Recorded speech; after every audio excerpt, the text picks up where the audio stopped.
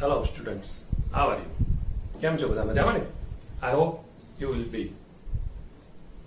Today I'm going to teach you functions. આજે આપણે 12મા ધોરણ માટે functions છે એનો અભ્યાસ કરવાનો છે.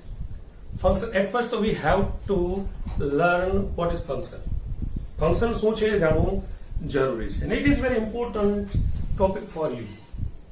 આ ખૂબ અગત્યનું છે કારણ કે આપણી પાસે આના 12 માર્ક છે. 12મા ધોરણના બોર્ડની પેપર સ્ટાઇલ પ્રમાણે 12 માર્ક્સમાં આપણને ફંક્શન્સ પૂછાય છે. તો જરૂરી છે કે આની આપણે વ્યવસ્થિત ડીપમાં આનો અભ્યાસ કરવો જોઈએ અને તૈયારી પણ સારી કરવી જોઈએ. તો પહેલા તો આપણે એ સમજવું પડે કે ભાઈ ફંક્શન્સ એટલે શું, વોટ ઇઝ ફંક્શન. તો આપણે જે બોલીએ છીએ બોલચાલની આપણી જે ભાષા છે, લેંગ્વેજ, ભાષા, તો લેંગ્વેજ છે it plays very important role in our life. આપણી જિંદગીની અંદર ભાષા ખૂબ જ અગત્યનો ભાગ ભજવે છે.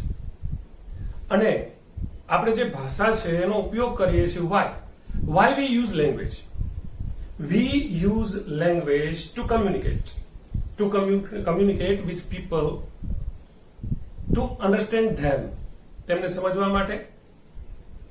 આપણે આપણી વાતચીત છે એની રજૂઆત કરવા માટે ભાષાનો ઉપયોગ કરીએ છીએ. અને એ ભાષામાં લેંગ્વેજ છે એમાં ફંક્શન્સ છે ખૂબ અગત્યના છે. ફંક્શન્સ છે એ શું છે તો ભાઈ આપણે કોઈ વાક્ય બોલીએ છીએ, સપોઝ વી સ્પીક, આપણે બોલીએ છીએ કે ભાઈ I M teaching you online, હું તમને ઓનલાઈન શીખવી રહ્યો છું. વાય, શા માટે? તો કે ભાઈ સરકારે અત્યારે કીધું છે કે ભાઈ school colleges because of crisis, pandemic, school colleges છે એ અત્યારે બંધ છે અને આપણે ઓનલાઈન ટીચિંગ આપવાનું છે જેથી કરીને વિદ્યાર્થીઓ છે એનો અભ્યાસ કન્ટિન્યુ. તો એટલે હું શબ્દ બોલ્યો છું કે જેથી કરીને, તો એ વાક્ય બોલ્યો છું કે ભાઈ we learn or we are teaching you online. Why, શા માટે? અથવા તો ટુ કન્ટિન્યુ યોર સ્ટડી, તમારા અભ્યાસને ચાલુ રાખવા માટે આપણે આ ઓનલાઈન સ્ટડીનો ઉપયોગ કરીએ છીએ. તો ત્યાં મેં ટુ શબ્દ વાપર્યો છે અથવા તો વાય કરીને બીકોઝ થી કે જે વાક્ય કરીશ તો એ કારણ દર્શાવે છે. જે વાક્ય હું બોલ્યો છું એની પાછળનું કારણ છે, એક કાર્ય થયું છે એનું કારણ દર્શાવે છે. તો જે વાક્ય આપણે બોલીએ છીએ વાક્ય શું દર્શાવે છે, ધેટ ઇઝ ફંક્શન. વાક્યની અંદર ક્રિયા શું થઈ છે જે છે એ ફંક્શન છે. ટુ ફંક્શન ધેટ મીન્સ કાર્ય. ફંક્શન એટલે કાર્ય કરવું. તો ફંક્શન્સ છે એ ખૂબ જ અગત્યના છે. ઇટ ઇઝ વેરી ઇમ્પોર્ટન્ટ, સમજવા જરૂરી છે. માત્ર માર્ક્સ માટે નહીં. અત્યારે તો મોટાભાગના સ્ટુડન્ટ્સ છે એ માર્ક્સ માટે કે ચાલો સાહેબ ભણાવી દો તમે માર્ક્સ કવર કરી લેશું, ના. It is very important for you to speak English fluently and meaningful. અંગ્રેજીને તમારે અર્થપૂર્ણ બોલવું છે, ફ્લુઅન્ટલી બોલવું છે. You have to know functions and its use very wisely. So let's get started. ચાલો આપણે શરૂ કરીએ. ફંક્શન્સ. ફંક્શન્સ છે એનો આપણે સૌથી પહેલા એક ફંક્શન જોઈએ કે કમ્પેરિંગ. કમ્પેરિંગ ધેટ ઇઝ તુલના. Comparing people, place or thing. લોકો, સ્થળ અથવા તો વસ્તુનું. Comparing people, place or thing in relation two something.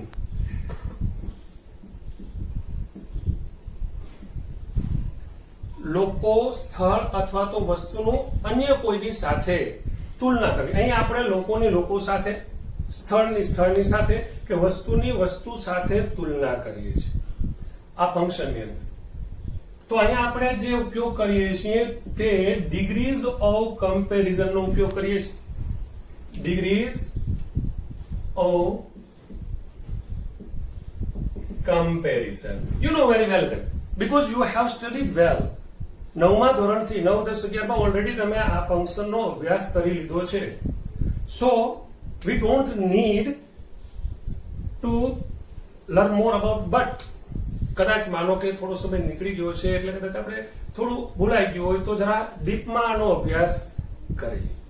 એ પહેલા એક તમને ચોખવટ કરતો કે ભાઈ ફંક્શન છે 12 માર્ક્સના છે, અગત્યના છે, તો 12 માર્ક્સના તમને કઈ રીતે પૂછાય છે? જો કે એકચ્યુઅલી તમે 11મા ધોરણમાં ઓલરેડી એનો અભ્યાસ કરી ગયા છો એટલે તમને ખબર જ છે, છતાં રિવિઝન કરી દઉં, રિવાઇઝ કરી દઉં કે ભાઈ 3 માર્ક માટે જે ફંક્શન પૂછાય છે તમારે એ છે તમારા identification of function.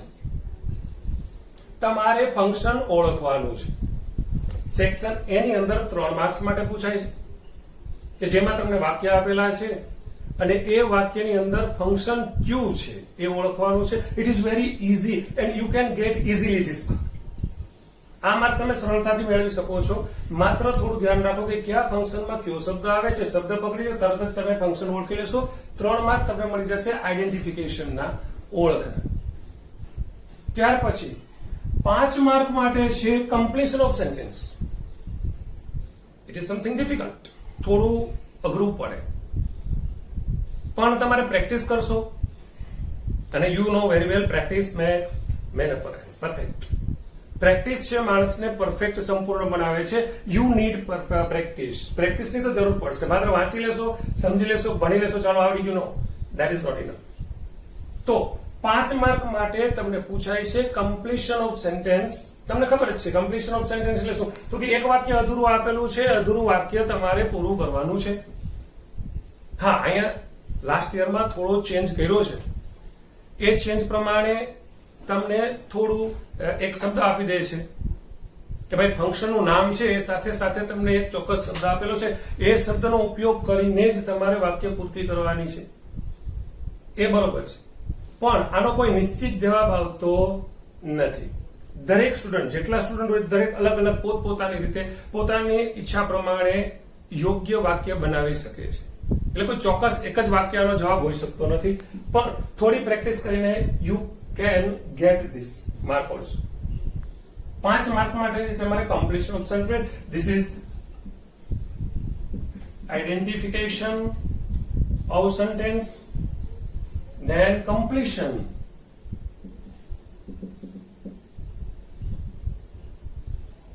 Completion of sentence. વાક્ય પૂર્તિ કરવાની છે તમારે 5 માર્ક માટે. તમને ખબર છે 10મા ધોરણમાં ભણી ગયા છો, 11માં પણ ભણી ગયા છો તમે. અને 4 માર્ક માટે છે respond. Respond to the sentences. અહીંયા તમને 4 માર્ક માટે ડાયલોગ્સ છે. બે વ્યક્તિ વચ્ચેનો ડાયલોગ છે. એક વ્યક્તિ કંઈક બોલે છે, બીજો વ્યક્તિ એનો જવાબ આપે છે. બરોબર છે? દાખલા તરીકે તમને સમજાવું, ભાઈ ડાયલોગ છે તો કઈ રીતે તમારે એ જે છે એનો ઉપયોગ થયો હોય. સપોઝ બે વ્યક્તિ જે છે એ વાતચીત કરે છે. દાખલા તરીકે સલમાન કહે છે ભાઈ I am very tired now. Shooting બુટિંગ ચાલુ છે, ભાઈ હું થાકી ગયો છું, આઈ એમ વેરી ટાયર્ડ નાઉ, હું ખૂબ થાકી ગયો છું. તો કેટરીના છે એને જવાબ આપે છે.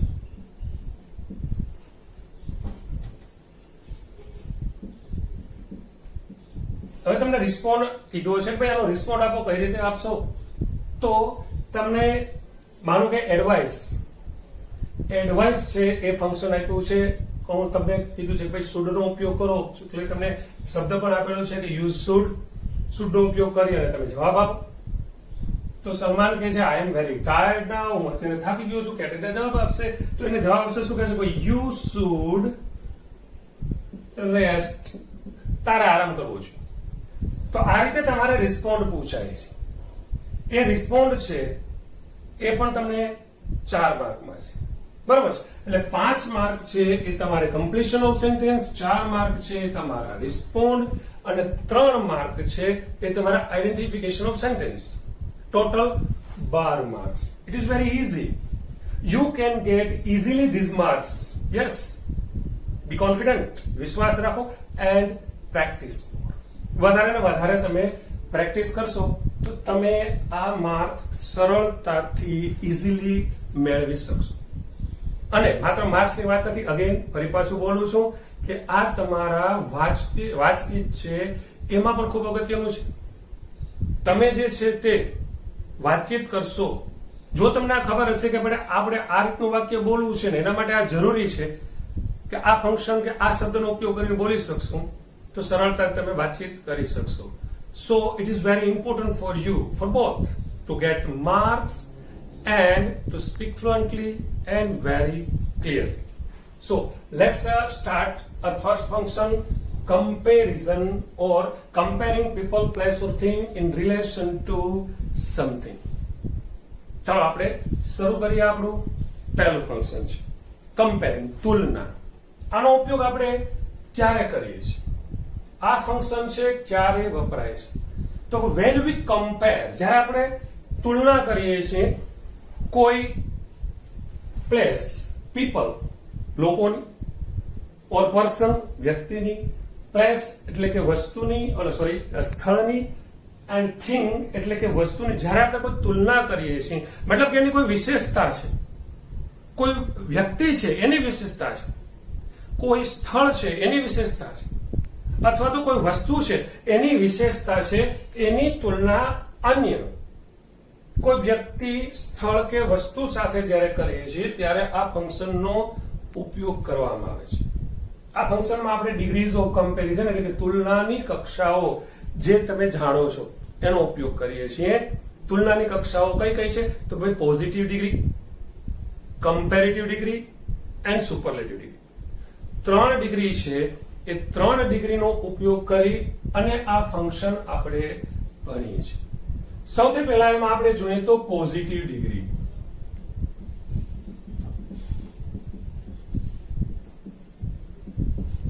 પોઝિટિવ ડિગ્રી જેને ગુજરાતીમાં આપણે કહીએ છીએ સમાનતા દર્શક. ગુજરાતીમાં છે સમાનતા દર્શક, તુલનાની કક્ષામાં સમાનતા દર્શક પોઝિટિવ ડિગ્રી. પોઝિટિવ ડિગ્રીનો ઉપયોગ આપણે ક્યાં કરીએ છીએ?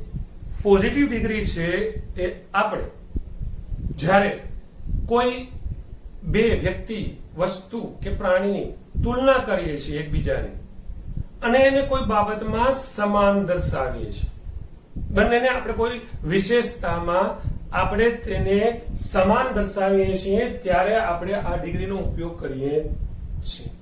દાખલા તરીકે હું એમ કહું કે ભાઈ તમારા ક્લાસની અંદર કોઈ વિદ્યાર્થી, દાખલા તરીકે રાહુલ છે. રાહુલ છે એની તમે મેહુલ સાથે તુલના કરો છો, ભાઈ રાહુલ મેહુલ જેટલો જ હોશિયાર છે. તો એક જાતની તુલના થઈ કે એક વ્યક્તિ છે રાહુલ, એની હોશિયારી બાબતમાં, ક્લેવર, હોશિયારી બાબતમાં આપણે એની તુલના કરી કે ભાઈ રાહુલ છે એ મેહુલ જેટલો જ હોશિયાર છે. That means both are equal. બરોબર છે? જ્યાં સુધી એની હોશિયારીની વાત છે, બંને જે છે સ્ટુડન્ટ સરખા છે, બંને છે એકબીજાથી ચડિયાતા નથી, અથવા તો કોઈ સુપિરિયર નથી, કોઈ ઇન્ફિરિયર નથી, બંને સરખા છે, બંનેની જે ક્ષમતા છે સરખી છે, તો ત્યાં આપણે પોઝિટિવ ડિગ્રીનો ઉપયોગ કરીએ છીએ. પોઝિટિવ ડિગ્રીના હકાર અને નકાર બંને વાક્યો આપણે બનાવીએ છીએ. પોઝિટિવ ડિગ્રી છે એ જ્યારે તમે બોલો છો, અહીં ખાસ ધ્યાન રાખજો કે અહીં બે કર્તા, બે સબ્જેક્ટની તુલના થાય છે. અહીંયા ઓબ્જેક્ટ હોતો નથી. Sometimes we make mistake. Yes, we make mistake, sorry, sometimes we make mistakes.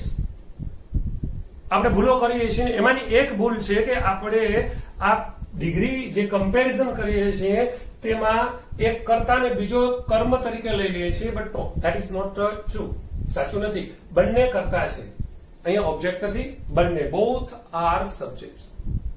તો પહેલા તો તમે કોઈ પણ વાક્ય છે બોલો છો કે લખો છો, તમારે લખવું છે તો એના માટે એનું જે સ્ટ્રક્ચર છે, સિન્ટેક્સ, એ જરૂરી છે કે તમને આવડવું જોઈએ. બરોબર છે? મેં એમ કીધું કે ભાઈ રાહુલ મેહુલ જેટલો જ હોશિયાર છે, તો એ જો તમારે લખવું હોય તો એનું જે તમારે સ્ટ્રક્ચર છે, બરોબર છે, તો એમાં આપણે શું કરશું તો કે ભાઈ પહેલા તો સબ્જેક્ટ 1 પહેલો કર્તા, ત્યાર પછી આવશે વર્બ. બરોબર છે? હવે અહીંયા આપણે પોઝિટિવ ડિગ્રીની અંદર એઝ નો ઉપયોગ કરીએ છીએ. એઝ ની વચ્ચે આપણે વિશેષણ એટલે કે એડજેક્ટિવ અથવા તો એડવર્બ, ક્રિયા વિશેષણનો ઉપયોગ કરીએ છીએ. તો સબ્જેક્ટ પ્લસ વર્બ, ત્યારબાદ એઝ. એઝ પછી આપણે લખીએ છીએ એડજેક્ટિવ અથવા તો એડવર્બ. વિશેષણ અથવા તો ક્રિયા વિશેષણનો ઉપયોગ કરીએ છીએ. Subject, verb, as, adjective, adverb, then as. ફરી પાછું આપણે એઝ લખીએ છીએ. પછી જે આવે છે બીજો કર્તા આવે છે સબ્જેક્ટ ટુ. બીજો છે એ કર્તા આવે છે સબ્જેક્ટ ટુ. બરાબર છે. કર્તા પહેલો અને કર્તા બીજો. મેં કીધું ભાઈ રાહુલ છે તે મેહુલ જેટલો જ હોશિયાર છે. બરાબર છે. તો શું કહેશું આપણે કે રાહુલ, નામ તો સુનાવરા, બરાબર. Rahul is as clever as Mehul. Rahul છે તે મેહુલ જેટલો જ હોશિયાર છે. Got it? બરાબર છે. તો અહીંયા શું કર્યું? સબ્જેક્ટ 1 રાહુલ અને મેહુલની તુલના કરી છે. Both are subjects. Mind well, I told you again and again કે શું છે? રાહુલ અને મેહુલ છે બંને કર્તા છે. રાહુલ મેહુલ જેટલો જ હોશિયાર છે. અહીંયા ક્લેવર છે એડજેક્ટિવ છે, ક્યારેક છે એડવર્બ પણ આવી શકે છે, ટુ બી ના રૂપ પણ આવી શકે છે, વર્બ છે, વર્બની જગ્યાએ ટુ બી ના વર્બ છે ઇઝ. સમટાઈમ્સ આપણને પ્રશ્ન થાય છે કે ભાઈ ઇઝ છે વર્બ ક્યાં છે? ઘણીવાર સ્ટુડન્ટ્સ છે ભૂલ કરી નાખે છે કે ભાઈ એ તો હેલ્પિંગ વર્બ છે. પણ we shall discuss it letter on. પછી આપણે એની ચર્ચા કરશું. અથવા તો 11મા માં ઓલરેડી વી હેવ ડિસ્કસ્ડ આપણી ક્રિયાપદની વ્યાખ્યા, જે પાર્ટ્સ ઓફ સ્પીચ નો અભ્યાસ કર્યો હતો 11મા ધોરણમાં, એમાં ઓલરેડી મેં તમને ભણાવી દીધું છે કે ભાઈ ઇઝ છે એ વર્બ પણ છે, એક્શન વર્બ પણ છે અને હેલ્પિંગ વર્બ છે. એટલે અહીંયા આપણે એ વર્બ તરીકે લેશું. તો Rahul is as clever as Mehul. બરાબર. આપણે એમ કહીએ ભાઈ રેખા છે તે રેખા રાઇટ્સ. અહીંયા આપણે એક્શન વર્બનો ઉપયોગ કર્યો છે. રેખા રાઇટ્સ એઝ નીટલી. સ્પષ્ટતાથી. રેખા રાઇટ્સ અથવા તો સ્વચ્છતા, સુઘડતાથી. રેખા rights as neatly as Neha. રેખા છે તે નેહા જેટલું જ સુઘડતાથી લખે છે. અહીં આપણે રાઇટ્સ કાળ છે, ટેન્સ છે, એક્શન નો ઉપયોગ કર્યો છે. બરાબર. વર્બ છે, વર્બની જગ્યાએ કોઈ પણ કાળ આવી શકે છે. દાખલા તરીકે ફોર એક્ઝામ્પલ મોહન સ્પોક. બોલ્યું, સાદો ભૂતકાળ. સ્પીક છે એનું V2 પાસ્ટ ફોર્મ છે. Mohan spoke as calmly as. Calmly that means શાંતિપૂર્વક. Mohan spoke as calmly as Sohan. Mohan છે સોહન જેટલું જ શાંતિથી બોલ્યું. બરાબર છે? ક્લિયર?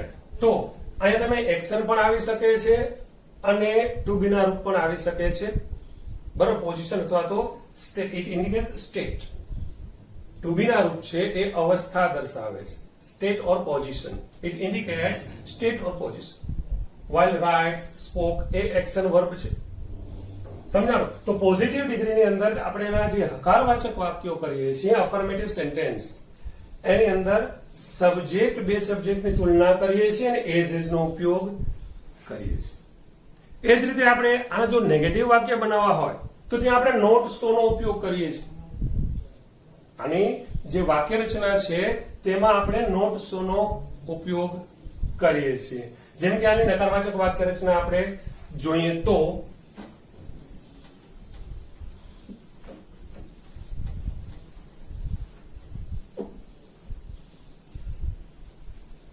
સબ્જેક્ટ પ્લસ વર્બ, ત્યાર પછી આપણે not so. Sometimes some use as વાપરી શકાય છે. નકારવાચક વાક્યમાં એઝ નો ઉપયોગ પણ કરી શકાય છે. માઇન્ડ વેલ અને સો એઝ પણ વાપરી શકાય છે. Subject verb not plus so plus adjective adverb plus as અને બીજો કર્તા. બરાબર છે? જોઈએ એના એક્ઝામ્પલ્સ. તો કહે કે ભાઈ આપણે માયા છે તે માયા is not so beautiful. Maya is not so beautiful as Kaya. માયા છે તે કાયા જેટલી બ્યુટીફુલ નથી, સુંદર નથી. અહીં આપણે વાક્ય નકાર બનાવ્યું છે. બીજું વાક્ય જોઈએ તો દાખલા તરીકે રમેશ does not, અહીં ક્રિયા છે, does not વાપરશું.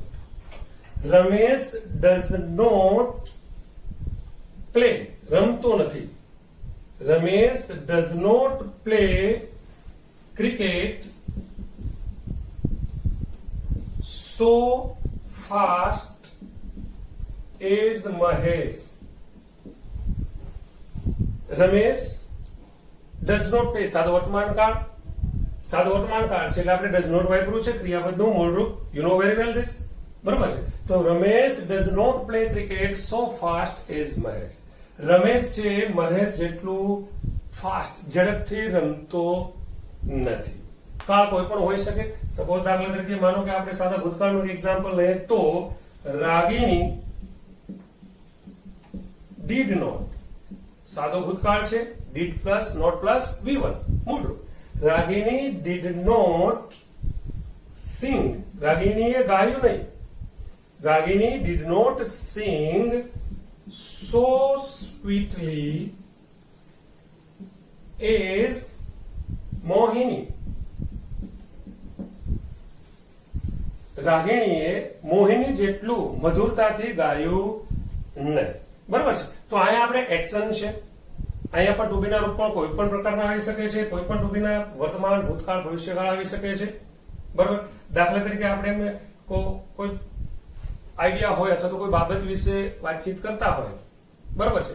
દાખલા તરીકે આપણે એમ કહીએ કે it will not be, to be નું રૂપ વાપર્યું છે.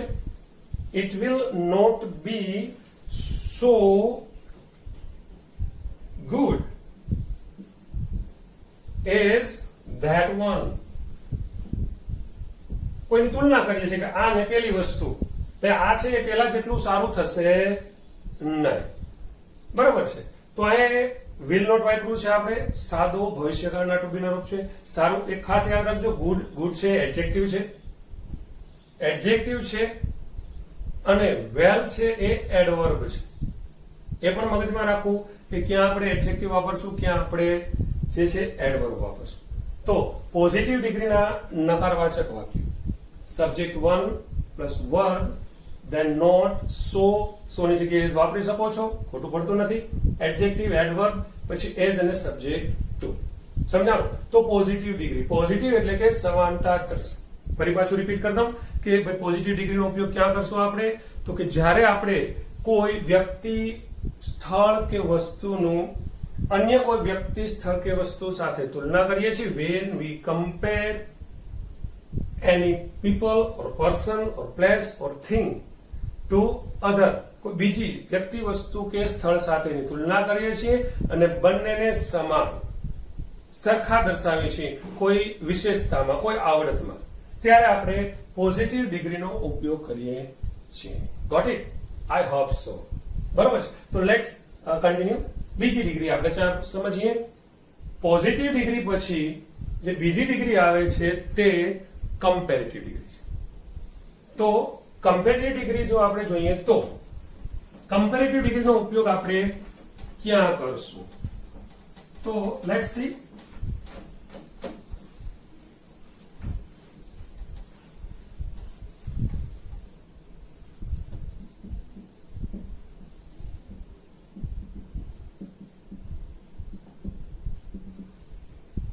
કમ્પેરેટિવ ડિગ્રી છે કે જેને આપણે કહીએ છીએ ગુજરાતીમાં અધિકતા દર્શક.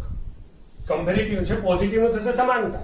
જ્યારે કમ્પેરેટિવ નો ઉપયોગ કરશું આપણે, એનો ગુજરાતી અર્થ કરશું અધિકતા દર્શક. અધિક નો અર્થ તમે સમજો છો, થી વધારે, સમથિંગ મોર. બરાબર છે. તો કમ્પેરેટિવ ડિગ્રીનો ઉપયોગ આપણે ક્યાં કરીએ છીએ? કમ્પેરેટિવ ડિગ્રી છે જ્યારે આપણે when we compare any place, people or person or thing to another people, place or thing, એની તુલના કરીએ છીએ ત્યારે એકને બીજાથી ચડિયાતો અધિક જ્યારે દર્શાવીએ છીએ ત્યારે આપણે કમ્પેરેટિવ ડિગ્રીનો ઉપયોગ કરીએ છીએ.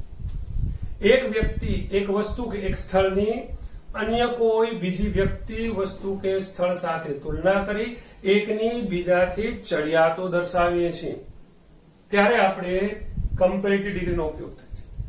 કમ્પેરેટિવ ડિગ્રીની અંદર જ્યારે બે કર્તાની તુલના થાય છે ત્યારે આપણે જે વિશેષણ કે ક્રિયા વિશેષણ વાપરીએ છીએ તેમાં ઈઆર પ્રત્યય લગાડીએ છીએ. ઈઆર લગાડીએ છીએ વિશેષણ કે ક્રિયા વિશેષણને, અને તેના પછી ધેન શબ્દનો ઉપયોગ કરીએ છીએ. બરોબર છે? તમે સારી રીતે સમજો છો, જો જાણો છો ઓલરેડી. આપણે અગાઉ પણ તમે 9, 10, 11 ડિગ્રીનો અભ્યાસ કરી લીધો છે. બરોબર છે? પણ છતાં પણ આ વચ્ચે થોડો સમય બ્રેક થઈ ગયો છે એટલે કદાચ થોડું ભૂલાઈ ગયું હોય. બરોબર છે? આમ તો તમે બધા જ્ઞાની છો, તમારા જ્ઞાન પર થોડું ઘણી જો ધૂળ ચડી ગયું હોય તો હું આ માત્ર ઝાટકણી મારવાનું કામ કરું છું, ચમકાવવાનું, કે જે તમારા જ્ઞાન ઉપર થોડું ઘણું ધૂળ ચડી ગઈ છે તો દૂર થઈ જાય છે. બરોબર? તો અહીંયા આપણે વિશેષણ કે ક્રિયા વિશેષણને ઈઆર પ્રત્યે લગાડીએ છીએ. ક્યારેક કોઈ વિશેષણ કે ક્રિયા વિશેષણ છે એનું ઉચ્ચારણ જો લાંબુ થતું હોય, સિલેબલ મતલબ કે ધ્વનિ, સિલેબલ એટલે ધ્વનિ, શબ્દ, જે શબ્દ આપણે બોલીએ છીએ, વર્ડ બોલીએ છીએ એની અંદર ધ્વનિ આવે છે. ધ્વનિ ધેટ મીન્સ સ્વર અને વ્યંજન ભેગા મળી અને જે અક્ષર બિનો હોય છે તે ધ્વનિ. 2 થી વધારે સિલેબલ વાળો જો કોઈ શબ્દ હોય તો એને આગળ આપણે મોર એડ કરીએ છીએ. બરાબર છે? એને આપણે ઈઆર પ્રત્યે લગાડતા નથી. દાખલા તરીકે આપણે સ્મોલ શબ્દ બોલીએ છીએ, સ્મોલ. અહીંયા તમે સ્મોલ શબ્દ બોલો છો, એમાં એક જ સ્વર છે, O, small, that is O, 1 syllable. આનો જે સિલેબલ છે એ કયો છે તો કે એક જ સિલેબલ છે, ઓન્લી ઓ, સ્મોલ ઓ. તો અહીંયા આપણે માત્ર ઈ આર લગાડશું. બરોબર છે? પણ કોઈ શબ્દ એવો છે કે જેમાં 1 થી વધારે સિલેબલ છે, બરોબર છે, તો એ સિલેબલ 1 થી વધારે, ડબલ અથવા તો વધારે સિલેબલ વાળો શબ્દ હોય છે એની આગળ આપણે મોર નો ઉપયોગ કરીએ છીએ. દાખલા તરીકે આપણે શબ્દ બોલીએ છીએ faithful. Faithful double syllable, faith, faith, એ, ફૂલ, ઉલ, ઉ. બરાબર છે? 2 સિલેબલ, 2 સિલેબલ છે તો આને તમે ઈઆર પ્રત્યે લગાડી શકશો નહીં. Faithful, no, this is not right. તમારે એની આગળ શું કરશું તો કે મોર ફેથફુલ. આપણે એડ કરશું મોર ફેથફુલ. Got it? હા, સમજાતું જશે, સ્વાભાવિક છે. You are very intelligent students. Am I right? Of course. તો મોર ફેથફુલ સમજાણું. તો અહીંયા આપણે કમ્પેરેટિવ ડિગ્રી છે, કમ્પેરેટિવ ડિગ્રીની અંદર જે વિશેષણ કે ક્રિયા વિશેષણ વાપરીએ છીએ એને ઈઆર લગાડીએ છીએ. 1 થી વધારે સિલેબલ હોય તો આપણે મોરનો ઉપયોગ કરીએ છીએ. બરાબર? એ સિવાય પણ આપણે ઈઆર નામ તો એકચ્યુઅલી તમે નિયમો જાણો જ છો કે ભાઈ ઈઆર કોઈ પણ પ્રત્યે જ્યારે આપણે એડ કરીએ છીએ ત્યારે એ નિયમો યાદ રાખવા જરૂરી છે કે ભાઈ માનો કે કોઈ શબ્દ છે, એ શબ્દને અંતે જો તમે વાય આવેલો હોય તો વાય નો આપણે આઈ કરીને ઈઆર લગાડીએ છીએ. બરોબર છે? કોઈ શબ્દને અંતે માનો કે કોન્સોનન્ટ આવેલ છો તેને પહેલા vowel, mind well, vowel, not vowel. ઘણીવાર સ્ટુડન્ટ્સ વોવેલ બોલે છે. Not, it's not vowel, vowel. Vowel તો એ કોન્સોનન્ટ છે, શબ્દના વિશેષણના અંતે કોન્સોનન્ટ છે તેની પહેલા વાઉલ છે, તો કોન્સોનન્ટને આપણે બેવડાવી દઈએ છીએ. જેમ કે માનો કે બિગ શબ્દ છે, બિગ, જી છે કોન્સોનન્ટ છે, એની પહેલા આઈ વાઉલ છે. બરાબર છે? તો એને આપણે ઈઆર લગાડીએ છીએ તો શું કરશું? બિગર. તો વી ડબલ, જસ્ટ વી ડબલ જી, બિગર. ક્લિયર? ઇઝી, ઇઝી શબ્દ છે, છેલ્લે વાય છે, વાય આવે છે, ઈઆર પ્રત્યે લગાડશું, વાય નો આપણે આઈ કરશું અને શું કરશું? ઇઝીયર. Got it? હા, આવા મીઠું ને યાદ બધું. Very good. તમે આ જરા મગજમાં રાખવું. તો આપણે લેટ્સ સી સ્ટ્રક્ચર. જે કમ્પેરેટિવ ડિગ્રી છે, કમ્પેરેટિવ ડિગ્રી એનું સ્ટ્રક્ચર જોઈએ કે ભાઈ વાક્ય રચના કેવી થશે. વાક્ય રચના આવડવી જરૂરી છે. શા માટે જરૂરી છે તો કે ભાઈ કમ્પ્લીશન ઓફ સેન્ટેન્સ, તમને આઈડેન્ટિફિકેશન ઓફ સેન્ટેન્સ બરોબર છે કે ચાલો ઓળખવું છે. એજ આવ્યું તરત લાઈટ થઈ ગઈ ભાઈ આ પોઝિટિવ ડિગ્રી છે. ફંક્શન કયું તો કે કમ્પેરિંગ. નોટ શું આવ્યું તરત જ તમને ક્લિયર થઈ ગયું કે ભાઈ નોટ સો એજ છે. Okay okay, yes yes, it is positive degree. તરત જ તમે ફંક્શન સિલેક્ટ કરશો કમ્પેરિંગ. સિમિલરલી ઈઆર લાગ્યું છે, મોર લાગ્યું છે, ધેન છે, તરત જ તમે કહેશો ઓકે ચાલો આ તો કમ્પેરિંગ છે, ઓળખી જશો.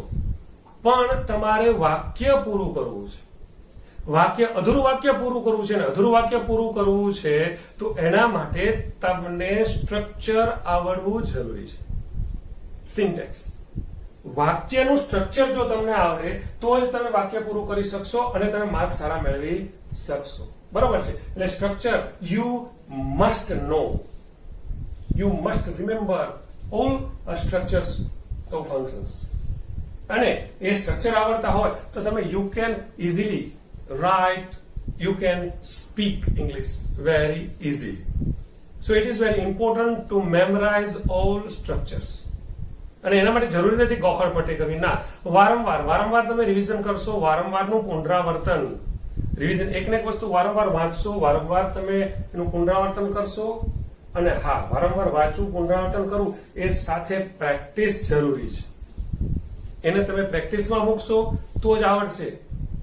બરોબર છે? બાકી નિયમો ગોખી લેવા, નિયમો યાદ રાખી લેવા એ તો સહેલું છે. કદાચ માનો કે આપણું મેમરી પાવર સારો હોય તો આપણે ગોખીને યાદ કરી શકીએ, પણ જ્યાં સુધી આપણે એને પ્રેક્ટિસમાં નથી મૂકતા ત્યાં સુધી આપણે માસ્ટર થતા નથી.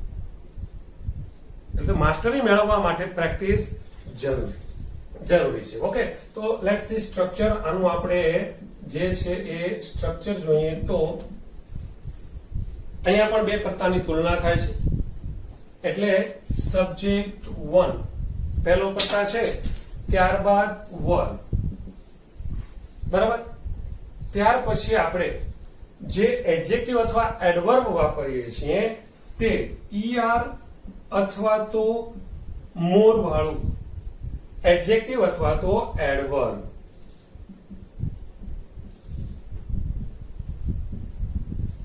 ત્યારબાદ આપણે ધેન શબ્દ એડ કરીએ છીએ, ધેન. અને ત્યારબાદ બીજો કર્તા સબ્જેક્ટ 2. ધ્યાન રાખજો, ફરી પાછું રિપીટ કરું છું, બે કર્તા વચ્ચે તુલના છે, સબ્જેક્ટ 1, સબ્જેક્ટ 2. આનું જો આપણે નકાર વાક્ય બનાવવું હોય છે તો માત્ર આપણે નોટ એડ કરીએ છીએ, નોટ જે છે એડ કરશું, વાક્ય નકાર બની જશે. Let's see examples. ઉદાહરણ જોઈએ તો હું એમ કહું ભાઈ રોમા છે, રોમા ઇઝ નોટ. રોમા જે છે તેની બહેન કરતા ઊંચી નથી. Roma is not taller than her sister. Roma તેની બહેન કરતા ઊંચી નથી. અહીંયા એ જે ઊંચાઈની વાત છે કે રોમા અને તેની બહેન વચ્ચે જે ઊંચાઈ છે એની વાત છે કે ઊંચાઈમાં રોમા છે તેની બહેન કરતા ઊંચી નથી. બરાબર? બીજું એક વાક્ય જોઈએ તો રોનક does not, વાક્ય નકાર છે, સોરી તમને હકાર વાક્ય હતું તો નકાર લખાઈ ગયું છે. રોમા ઊંચી છે, રોમા is taller than her sister. રોમા છે તેની બેન કરતા ઊંચી છે. બંને બહેનો વચ્ચે તુલના થઈ છે હાઈટની બાબતમાં, તો રોમાને તેની બેન કરતા આપણે ઊંચી દર્શાવી છે. એ જ રીતે આપણે વાત જોઈએ તો રોહન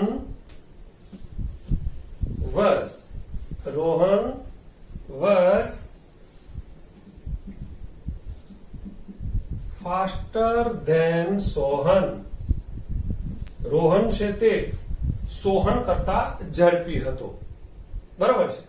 તો આ ફાસ્ટ છે એ એડજેક્ટિવ છે. Sometimes it works as adverb also. A adverb તરીકે પણ કાર્ય કરે છે. બીજું એક વાક્ય એક્ઝામ્પલ જોઈએ તો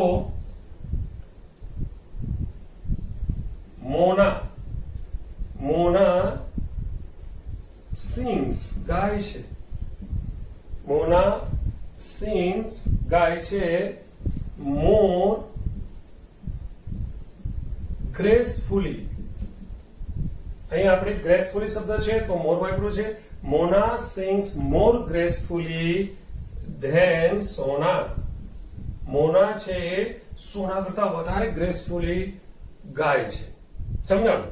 તો અહીંયા આપણે કમ્પેરિંગ માં કમ્પેરેટિવ ડિગ્રી અધિકતા દર્શક એના હકારવાચક વાક્ય જોયા કે ભાઈ એક કરતા છે એ બીજા કરતા થી બીજા સબ્જેક્ટ થી કંઈક બાબતે ચડિયાતો છે. આ જ વાક્ય છે. જો આપણે આના નેગેટિવ વાક્ય જોવા હોય તો શું કરશું? તો માત્ર આપણે નોટ એડ કરશું તો વાક્ય છે તે નેગેટિવ થશે. Let's see negative examples. For example, he did not, વાક્ય ભૂતકાળનું છે. he did not behave, he did not behave more politely than his brother. તે તેના ભાઈ કરતા વધારે નમ્રતાથી, પોલાઇટલી ધેટ મીન્સ નમ્રતાથી વર્ત્યો નહીં. બરાબર છે. બીજું એક વાક્ય જોઈએ તો મયુર is not, મયુર નથી, મયુર is not fatter. Fat that means જાડુ. છેલ્લે ટી છે, કોન્સોનન્ટ છે, તેની પહેલા વાઉલ એ. તો વાઉલ છે તો આપણે શું કર્યું? We just double it, T ને ડબલ કરી દીધા છે. Mayur is not fatter than Keyur. Mayur છે તે કેયુર કરતા જાડો નથી. Got it? તો કમ્પેરેટિવ ડિગ્રી છે અધિકતા દર્શક. અધિકતા દર્શકની અંદર એક જે કરતા છે તેને બીજા સબ્જેક્ટ થી, બીજા કરતાથી આપણે કંઈક વધારે અથવા વિશેષ દર્શાવીએ છીએ. તો પોઝિટિવ ડિગ્રી, કમ્પેરેટિવ ડિગ્રી. હવે આવે છે ત્રીજી, સુપરલેટિવ ડિગ્રી. જે ત્રીજો પ્રકાર છે તે છે સુપરલેટિવ ડિગ્રી. સુપરલેટિવ ડિગ્રી છે, લેટ્સ સી, જોઈએ આપણે કે ભાઈ સુપરલેટિવ ડિગ્રી શું છે, શું કહે છે આપણને. 3 ડિગ્રી અગત્યની છે અને અમે પણ જનરલી આપણે જે બોલવા ચાલવાની ભાષા છે રોજબરોજમાં પણ આપણે ઘણી તુલનાનો ઉપયોગ કરતા હોઈએ છીએ. તો એની પ્રેક્ટિસ તમે બોલવા ચાલવામાં પણ કરી શકો છો. બરાબર છે. તો જે ત્રીજી ડિગ્રી છે સુપરલેટિવ ડિગ્રી,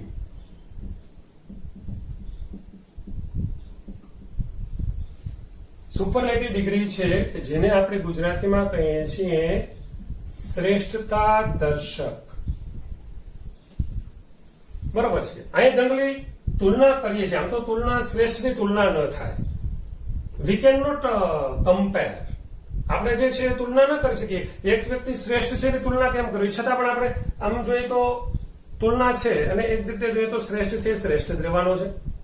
બરાબર. તો સુપરલેટિવ ડિગ્રી છે, સુપરલેટિવ ડિગ્રી શ્રેષ્ઠતા દર્શક. જ્યારે કોઈ વ્યક્તિ, any person, any place or anything, કોઈ બાબત છે એને આપણે કોઈ અન્યથી શ્રેષ્ઠ, મતલબ એક વ્યક્તિથી નહીં પણ એમાં જનરલી જે છે એક ગ્રુપ હોય, ગ્રુપમાં સૌથી શ્રેષ્ઠ દર્શાવીએ છીએ ત્યારે આપણે સુપરલેટિવ ડિગ્રીનો ઉપયોગ કરીએ છીએ. સુપરલેટિવ ડિગ્રી છે એનું જે આપણે સ્ટ્રક્ચર જોઈએ તો સુપરલેટિવ ડિગ્રીની અંદર જે સબ્જેક્ટ છે તેના પછી આપણે વર્બ આવે છે, ક્રિયાપદ આવે છે. અહીંયા ખાસ સુપરલેટિવ ડિગ્રીની અંદર જ્યારે આપણે વિશેષણ કે ક્રિયા વિશેષણનો ઉપયોગ કરીએ છીએ ત્યારે તેની આગળ આર્ટિકલ ધ ફરજિયાત, કમ્પલસરી વપરાય છે. સબ્જેક્ટ વર્બ ત્યાર પછી ધ ફરજિયાત. બરાબર છે. તો સબ્જેક્ટ વર્બ ધ, ત્યારબાદ આપણે એડજેક્ટિવ છે અથવા તો એડવર્બ છે એને આપણે ઈએસટી પ્રત્યય લગાડીએ છીએ. એડજેક્ટિવ અથવા તો એડવર્બને ઈએસટી પ્રત્યય લગાડીએ છીએ. જેમ આપણે કમ્પેરેટિવ ડિગ્રીની અંદર ઈઆર પ્રત્યય લગાડ્યો હતો એમ અહીંયા આપણે ઈએસટી પ્રત્યય લગાડીએ છીએ. અને જે એડજેક્ટિવ કે એડવર્બ છે એનું ઉચ્ચારણ લાંબુ થાય છે, એકથી વધારે સિલેબલ વાળો શબ્દ છે તો તેની આગળ આપણે મોસ્ટ શબ્દનો ઉપયોગ કરીએ છીએ. બરાબર. તો સબ્જેક્ટ વર્બ પછી ધ, ઈએસટી મોસ્ટ વાળું વિશેષણ અથવા તો ક્રિયા વિશેષણ એડજેક્ટિવ ઓર એડવર્બ. અહીંયા તુલના જનરલી નથી એમ કહી તો ચાલે, એટલે બને ત્યાં સુધી અધર વર્ડ્સ હોય છે, ગ્રુપ હોય છે, બરાબર છે. તો એના પછી આપણે અધર વર્ડ્સ નો ઉપયોગ કરીએ છીએ.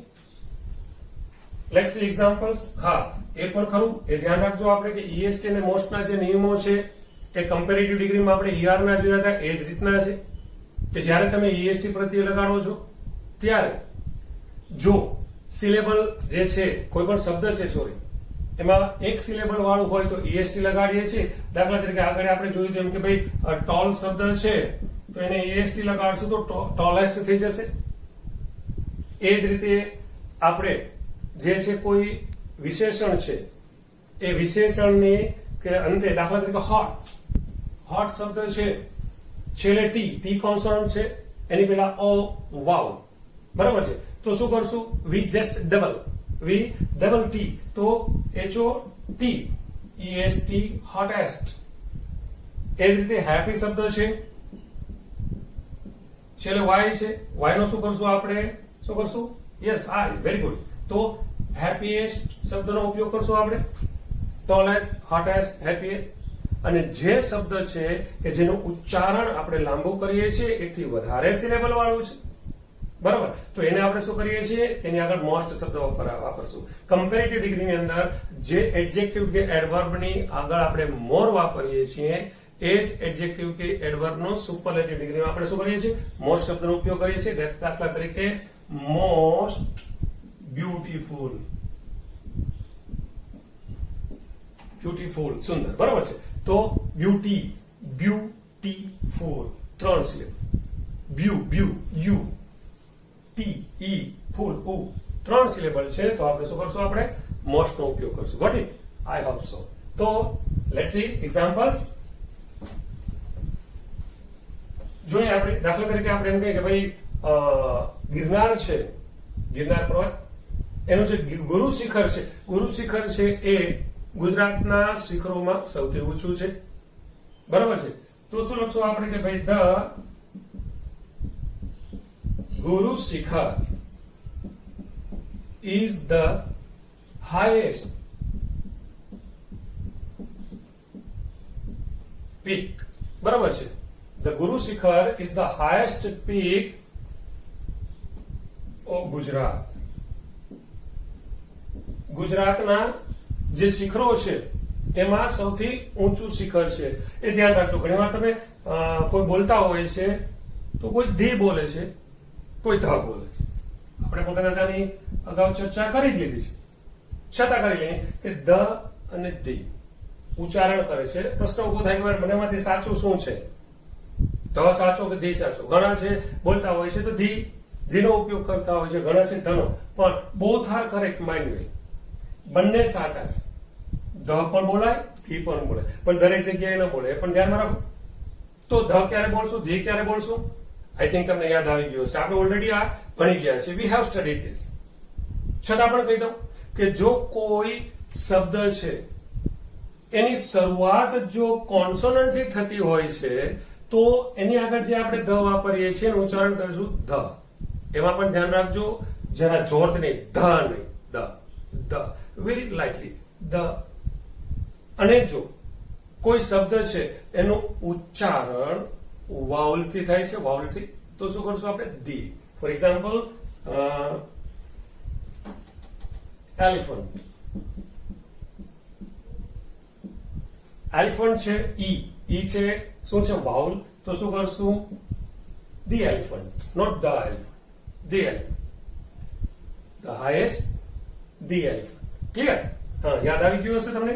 તો ધ છે એનું ઉચ્ચારણ આપણે જોયું તો ધ ગુરુ શિખર is the highest peak of Gujarat. ગુરુ શિખર છે ગુજરાતનું સૌથી ઊંચું શિખર છે. એનો મતલબ કે એનાથી બીજું કોઈ પણ શિખર છે એ ઊંચું નથી, બરાબર છે. બીજું એક એક્ઝામ્પલ જોઈએ તો she is the most beautiful girl in our group. અમારા ગ્રુપમાં તે છોકરી સૌથી સુંદર છે. She is the most beautiful girl in her group. અમારા ગ્રુપની અંદર તે છોકરી સૌથી સુંદર છોકરી છે. બ્યુટીફુલ શબ્દ છે તો આપણે વાપરું મોસ્ટ. સમજાણું? તો આજના દિવસ માટે રાખીએ એટલું. નેક્સ્ટ લેક્ચર આપણે ભણશું ત્યારે આપણે જે ડિગ્રીઝ ઓફ કમ્પેરિઝનમાં પોઝિટિવ, કમ્પેરેટિવ અને સુપરલેટિવ જે આ 3 ડિગ્રી જોઈ છે એના એકવચનના વાક્યો, these are sentences of singular, એકવચનના વાક્યો છે. એ એકવચનના વાક્યોને સુપરલેટિવ છે અને પોઝિટિવ કમ્પેરેટિવમાં કઈ રીતે ફેરવશું, પોઝિટિવને કમ્પેરેટિવમાં, કમ્પેરેટિવને પોઝિટિવમાં કઈ રીતે ફેરવશું એ જોશું. અને સૌથી વધારે અગત્યનું વારંવાર પૂછાતા હોય તેવા વાક્યો છે બહુવચનવાળા. ડિગ્રીઝ ઓફ કમ્પેરિઝનના બહુવચનવાળા વાક્યો છે એનો અભ્યાસ કરશું. Till then stay at home, stay safe, good bye, આવજો.